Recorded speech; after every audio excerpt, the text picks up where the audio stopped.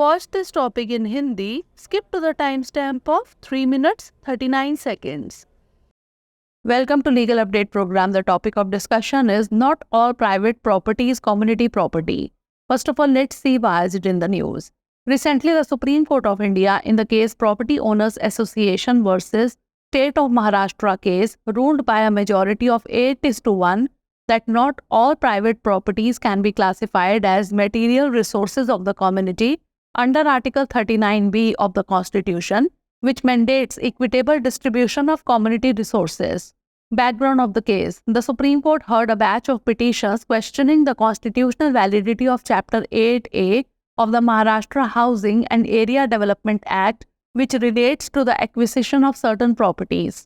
The primary issue was whether the definition of material resources of the community in Article 39B includes privately owned properties. The 9-judge bench was constituted to re-evaluate earlier interpretations of Article 39B that suggested privately owned resources could fall under this category.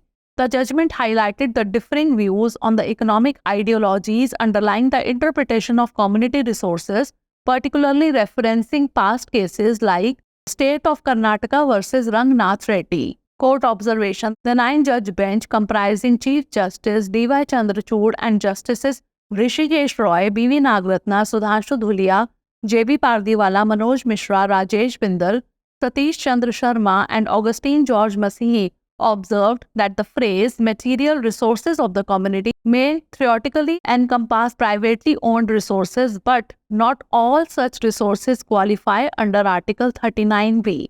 The assessment of whether a resource is considered a material resource must be based on its nature, community impact, and the implications of privatization. The majority rejected the expansive view that any privately owned property is a community resource merely based on its material. Article 39B of the Constitution. Article 39B states that the state shall, in particular, direct its policy towards securing that the ownership and control of the material resources of the community are so distributed as best to subserve the common good. The article requires interpretation considering various factors including resource scarcity and its societal impact rather than a strict categorization of ownership. As a directive principle, it guides the state in its policy making, emphasizing the need for equitable resource distribution for societal welfare. Now moving on to case law, Sanjeev Coke Manufacturing versus Bharat Coking Coal Limited 1982.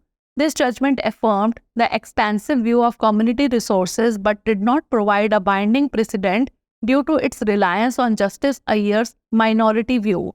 Mafatlal Industries Limited versus Union of India 1997. The court addressed the implications of resource classification under Article 39B, further complicating its interpretation. Now is the time for practice question. What does Article 39B of the Constitution mandate? Total ownership by the state, equitable distribution of material resources, privatization of resources, or equal distribution of wealth? Send the answer of this question in the comment section. Thanks for watching. Legal update program में आपका स्वागत है। आज का हमारा चर्चा का विषय है सभी निजी संपत्ति सामुदायिक संपत्ति नहीं होती। सबसे पहले जान लेते हैं कि यह चर्चा में क्यों है। हाल ही में भारत के सर्वोच्च न्यायालय ने प्रॉपर्टी ओनर्स एसोसिएशन बनाम महाराष्ट्र राज्य मामले में 8-1 के बहुमत से फैसला सुनाया कि संविधान के अनुच्छेद 39B के तहत सभी निजी संपत्तियों को समुदाय के भौतिक संसाधन के रूप में वर्गीकृत नहीं किया जा सकता है, जो सामुदायिक संसाधनों के न्याय संगत वितरण को अनिवार्य करता है। मामले की पृष्ठभूमि: सर्वोच्च न्यायालय ने महाराष्ट्र आवास एवं क्षेत्र विकास अधिनियम के अध्याय 8A की संवैधानिक वैधता पर सवाल उठाने वाली याचिकाओं पर सुनवाई की, जो कुछ संपत्तियों के अधिग्रहण से संबंधित है। प्राथमिक मुद्दा यह था कि क्या अनुच्छेद 39B में समुदाय के भौतिक संसाधनों की परिभाषा में निजी स्वामित्व वाली संपत्तियां शामिल है। 9 न्यायाधीशों की पीठ का गठन अनुच्छेद 39B की पूर्व व्याख्याओं का पुनर्मूल्यांकन करने के लिए किया गया था, जिसमें सुझाव दिया गया था कि निजी स्वामित्व वाले संसाधन इस श्रेणी में आ सकते हैं। निर्णय में सामुदायिक संसाधनों की व्याख्या में अंतर्निहित आर्थिक विचारधाराओं पर भिन्न भिन्न विचारों को उजागर किया गया। विशेष रूप से कर्नाटक राज्य बनाम रंगनाथ रेड्डी जैसे पिछले मामलों का संदर्भ दिया गया। न्यायालय की टिप्पणी मुख्य न्यायाधीश DY चंद्रचूड़ और न्यायमूर्ति ऋषिकेश रॉय, BV नागरत्ना, सुधांशु धुलिया, JB पारदीवाला, मनोज मिश्रा, राजेश बिंदल, सतीश चंद्र शर्मा और ऑगस्टीन जॉर्ज मसीही की 9 न्यायाधीशों की पीठ ने कहा, समुदाय के भौतिक संसाधन वाक्यांश में सैद्धांतिक रूप से निजी स्वामित्व वाले संसाधन शामिल हो सकते हैं, लेकिन ऐसे सभी संसाधन अनुच्छेद 39B के तहत योग्य नहीं है। किसी संसाधन को भौतिक संसाधन माना जाए या नहीं, इसका मूल्यांकन उसकी प्रकृति, सामुदायिक प्रभाव और निजीकरण के निहितार्थों के आधार पर किया जाना चाहिए। बहुमत ने इस व्यापक दृष्टिकोण को अस्वीकार कर दिया कि कोई भी निजी स्वामित्व वाली संपत्ति केवल अपनी भौतिक प्रकृति के आधार पर सामुदायिक संसाधन है।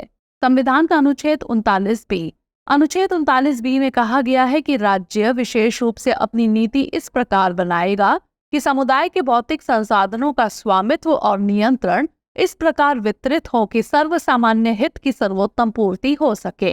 इस अनुच्छेद की व्याख्या स्वामित्व के सख्त वर्गीकरण के बजाय संसाधनों की कमी और उसके सामाजिक प्रभाव सहित विभिन्न कारकों पर विचार करते हुए की जानी चाहिए। एक निर्देशक सिद्धांत के रूप में यह राज्य को उसके नीति निर्माण में मार्गदर्शन करता है तथा सामाजिक कल्याण के लिए संसाधनों के समान वितरण की आवश्यकता पर बल देता है।